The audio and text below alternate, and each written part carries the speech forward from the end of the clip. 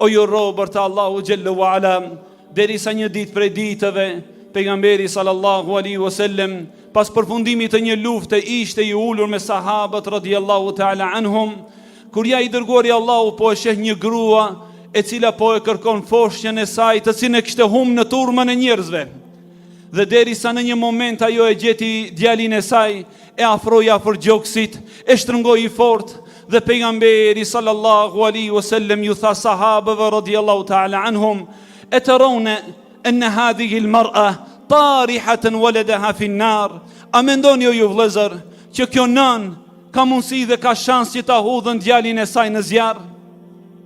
Sahabët radhiyallahu ta'ala anhum i thanë, e pa mundur është ja Rasulallah, si ka mundësi o ju vëllezër që nëna ta hudhën në zjarr djalin e saj? Jo vallahi, mëshirën dhe rahmetin e madh që Allahu Gjellu Ala e ka vendosur në gjoksin e nënave. Atëherë pejgamberi sallallahu alaihi wasallam dëshironte që sahabëve të vajep një mesazh të madh dhe ju tha: "Lallah arham bi ibadi min hadhihi al-bi waladiha."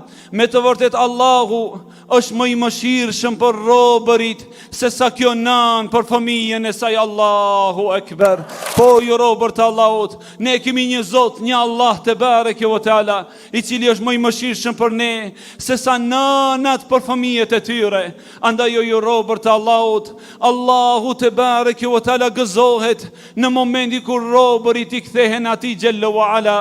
Allahu subhanahu wa ta'ala thot në Kur'an: "Kul ya ibadi alladhina asrafu ala anfusihim la taqnatu min rahmatillah." O ju robërit e mi, të cilët e keni ngarkuar veten me shumë mëkate dhe gjunahe, mos e humni shpresën në mëshirën e Allahu te bareke ve teala.